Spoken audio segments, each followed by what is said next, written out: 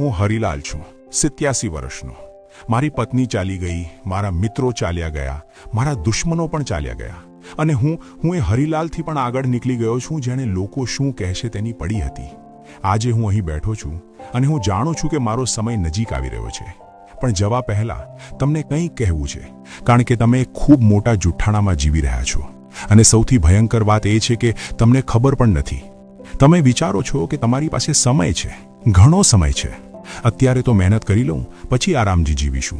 બાપુજી બા સાથે વધારે સમય પછી વિતાવીશું. તીર્થયાત્રા તો પછી કરી લઈશું. મારા બાળકો મોટા થાય પછી એમની સાથે સમય કાઢીશ. પછી પણ હું તમને એક સત્ય કહું, એ પછી ક્યારેય આવતું નથી. મને એક માણસની વાત કરવા દો. પ્રકાશભાઈ, મારો બાળપણનો સાથી, અમદાવાદમાં નાનકડી દુકાનથી શરૂઆત કરી હતી. મહેનતુ માણસ હતો, ખૂબ જ મહેનતુ. એણે પોતાનું આખું જીવન એક જ વિચારમાં જીવ્યું, બસ થોડા વર્ષ વધારે મહેનત કરું, પછી બધું મેળવી લઈશ. 55 વર્ષની ઉંમરે એણે કહ્યું, હરિલાલ, બસ હવે 5 વર્ષ, પછી બધું વેચી નાખીશ. પત્ની સાથે 4 ધામ યાત્રા કરીશ, પછી ગામે જઈને શાંતિથી જીવીશ. એની યોજના હતી, એનું સ્વપ્ન હતું. 3 મહિના પછી મને ફોન આવ્યો. પ્રકાશભાઈને દુકાનમાં જ હાર્ટ એટેક આવ્યો. સ્પોટ પર જ ગયા. એ ક્યારેય 4 ધામ ગયો નહીં. એનું ગામ પણ છેલ્લા 20 વર્ષથી જોયું નહોતું.